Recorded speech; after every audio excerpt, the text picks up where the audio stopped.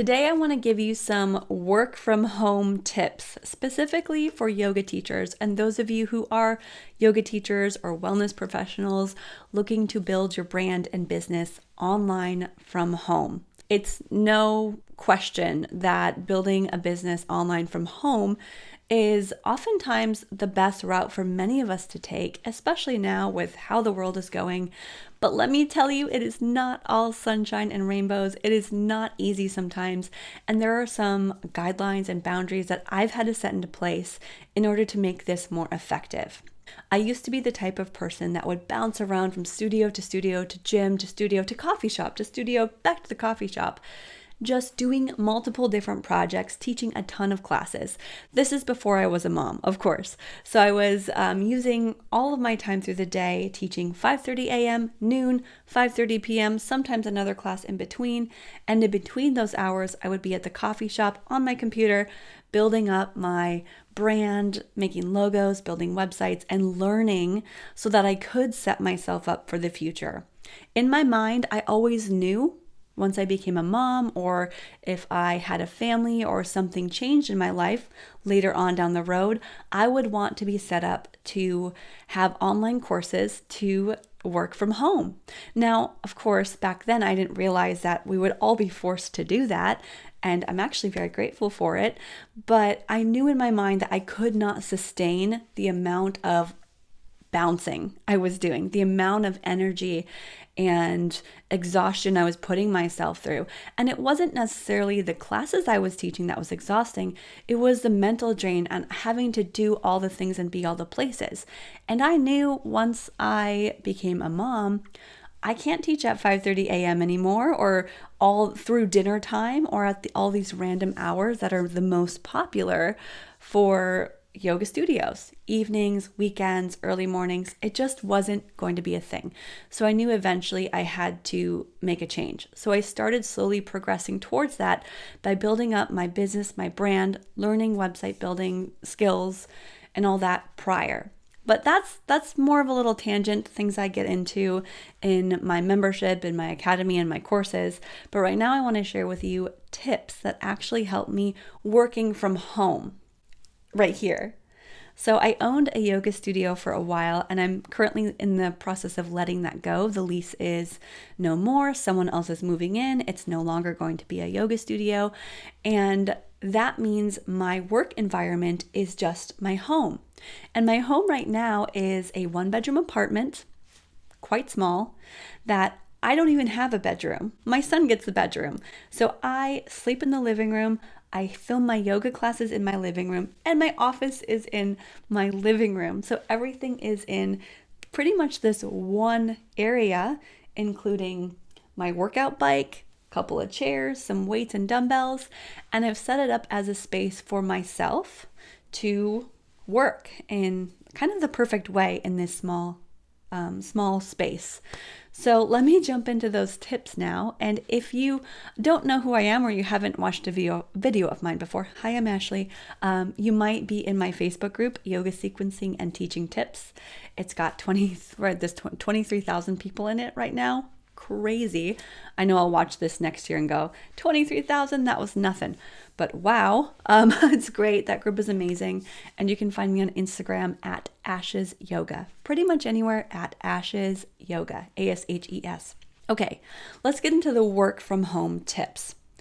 So like I said, it's not all rainbows and sunshines, and it's not just playing on the computer and filming a couple videos and filming a couple yoga classes from your living room and then being done. There's a lot more involved. There's a lot of back end intricate details and things that we need to do apart from actually teaching yoga that need to be done. And many of us starting out, we don't have assistants. We don't have virtual assistants. We don't have tech gurus. We don't have people unless we hire maybe someone to help. But even then, it's not something a lot of us do right away. We're a lot of times doing this on our own. So one thing that I want us to do, and tip number 1 for everybody working from home, is to create an office space. Create that space that is just for the back end computer type work. If you're working from home, it's likely that you're working on a computer. So we're not just creating a filming space for your yoga classes, but a space you can sit down and have be your office. And for a while, sure, it can be your countertop or your kitchen table, but if this is a long-term thing that you plan on doing later, longer, for a while, you'll have to set a space that is your office. And your office could be a separate room if you have it, but if you're like me, it might be your desk located in a specific space.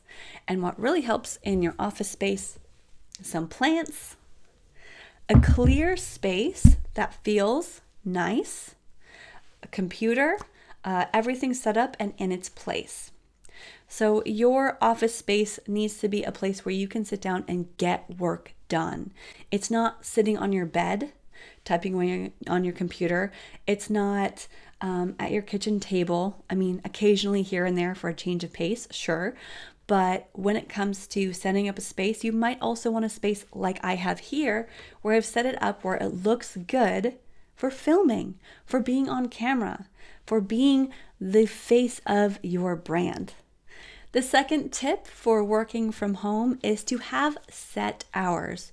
A little bit of flexibility is fine here and there, but to actually have set hours of work, like a chunk of time that you are going to do your focused work. Now, it's typically not 8 hours. 8 hours is this industry standard that we really aren't focused for that long. If you're working in an office, I think it's like maybe 4 hours of actual focused work time. So that's about the time I give myself. It's about 4 hours of work that I want to get done in about a 6-hour window. That means I can schedule in time for lunch. I can schedule in time for a little bit of flexibility of things. I might go for a run. I might do a yoga practice, or there might be something else that comes up.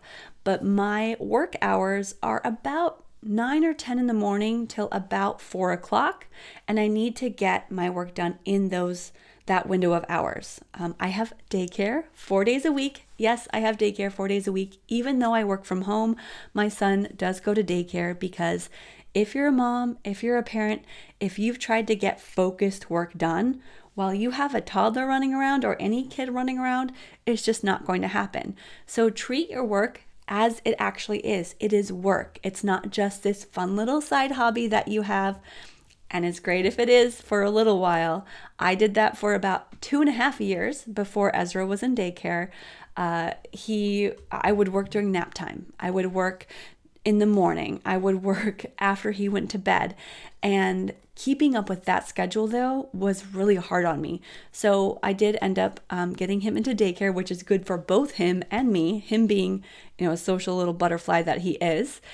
And so that's when I have my work hours, 4 days a week, between the hours of 9 to 10 to 4, I fit in the focused tasks. And that comes with time blocking as well. So time blocking is not necessarily having a schedule, like I have this planner here, which has been awesome. I really like it. But it's not having a set schedule. It's having blocks of time that you get work done. I love the concept of time blocking. So time blocking is like from 6 a.m. to 8 a.m. I'm teaching a Zoom class and then I'm checking in on social media. From 8 a.m. to 10 a.m. I'm with my son and we are having breakfast and getting ready for the day. From 10 to 4, I'm doing scheduled work tasks, filming videos, and doing things that are focused work. At about 1 or 2, I'm having lunch, so I do schedule that in there. And then from 4 p.m. or 4:30 p.m. until bedtime, it's me and Ezra time again.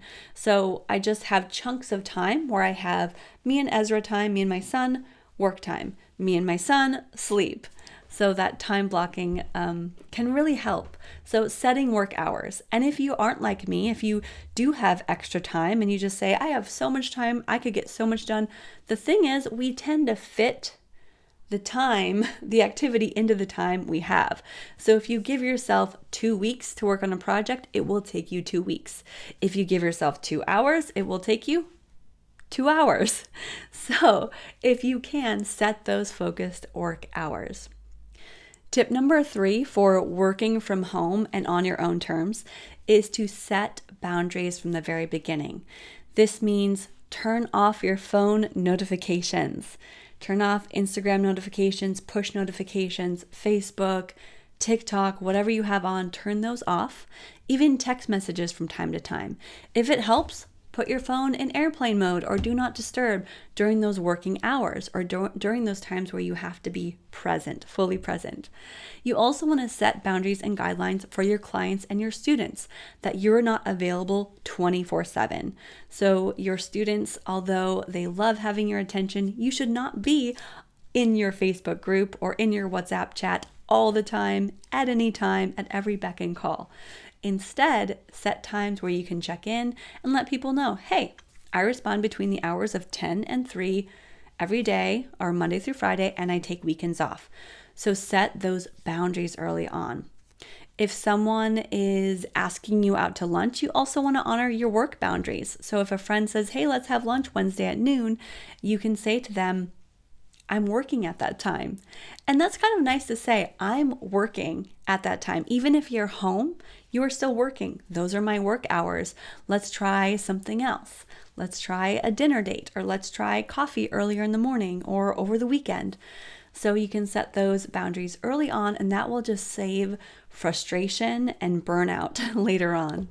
The fourth tip for working from home is to be all in with whatever you're doing. Whatever your scheduled time is allocated to, be there, be present. So if you're spending time with your kids in the evening, then be with your kids. If you are spending time focused on making videos, then be focused making videos. Set that time aside and give yourself that time to do the thing you set out to do. So when it's not work time, you can set your phone aside, put it on Do Not Disturb again, or be present with the people around you. Family time, work time, they don't have to be completely separated. We're not saying that you have a work life and a family life. Yes, they're going to intertwine and intermingle, but do the best you can to be present with the people that need you in that moment. Tip number 5 for working from home is a tip that I'm going to say, take it or leave it, but this is what works for me, and that is to minimize clutter. Now, I have a very much throw it away, get rid of it mentality, and that might stem from my childhood growing up. My childhood home was not very clutter-free. There's a lot of knickknacks, a lot of noise, and a lot of that to me becomes distractions. So if there are little trinkets and knickknacks and things just cluttering everywhere and pictures everywhere, and there's no space just for clarity and a deep breath, it gives me high anxiety. So I tend to be not a clean freak, but I do like to minimize my clutter. I do like to keep things very clean, not necessarily scrubbing, disinfecting, but I mean, I've got space on this shelf over here. I've got my table that's clear. My bed is made. Everything is just in its place. Everything in my home has a place. If it doesn't have a place, it doesn't have a place in my home. Make sense? So I'm not going to give tons and tons of tips on how to live a clutter-free, minimalist lifestyle because that's not what I'm doing. But I will say that when your environment is cluttered, your mind is cluttered. If you walk by a junk pile or a pile of knickknacks or whatever it is every single day, or maybe it's a closet or something that you have to clean, there's always going to be a little brain space taken up with that thought like, I've got to do something with that, or that's really stressful, or it just starts to eat at you and it starts to distract you from the important work that you actually have to do or want to do. So my recommendation is to keep a clear, clutter-free, as much as possible, living space and working space for you. And I know some of you live with other people, live with other adults, and that's just not always possible. So do the best you can to keep your workspace, your little office that you've created, this clear, nice, clean and clutter-free space so that you can do the best work without distractions. Tip number 6 is to hire help. And maybe it's not hired, but it's asking for help. Don't think just because you're working from home, you should be able to do it all. That's not true. And the more help we get, the more we can do and serve the world in the best way that we know how to. So like I mentioned earlier in this video, I have daycare 4 days a week. Soon I'll probably have that 5 days a week. It allows me the space to do the things I'm really good at and able to do without distraction, without trying to cram it in from 10 p.m. to midnight when I'd rather be relaxing. So I'm able to use my time more wisely and effectively. And when I asked for help when I got daycare for my son, I'm also able to show up as a better mom. Help can come in other forms too. It can come in the form of hiring a graphic designer. It can come in the form of investing in yourself, in coaches, in mentorship. It can come in the form of upgrading your equipment. It can be asking for help with, so many different things. Asking for help with technology tips by finding people on Instagram who know what they're doing, or with YouTube videos, or getting a planner, just getting help, seeking ways that make you your very best without sacrificing your health and your self-worth. So that's that. Asking for help is a good thing. And I say that to you because I still need to hear it myself. And that's also the reason I like to teach and instruct yoga classes, is that it not only is a reminder, all this positive, great words of inspiration, a reminder to you on the receiving end, but it also helps to be embedded and ingrained in me. When I say it out loud, I'm also saying it to myself. So that's one thing that's really helped my life by becoming a yoga teacher, is that daily inspiration that I provide to others is also being heard within me. I don't know how I got on that tangent. So those are a few tips for working from home. What do we talk about? Creating an office space, that would be number one, just your physical space, and also having that be clutter-free. Now, thinking about your time and setting boundaries with your time, and also time blocking, because that's a great way to just know when you have to do what and when. Be all in whenever, wherever you are. Be present with your family, be present with your work, just be present and all in. And also, it's okay to ask for help. That's it for this video on tips for working from home. I hope that was helpful. What is it that you are working on working from home? What is it, the one that you resonated with the most or took from this that can help you to move forward? Make sure to watch a couple more videos on my channel that might help you to be the best at-home yoga teacher worker that you can be. And I hope to help you in the future with another video or other tips and tricks. You can check out my website and all my offerings at ashesyoga.com. That's all for now.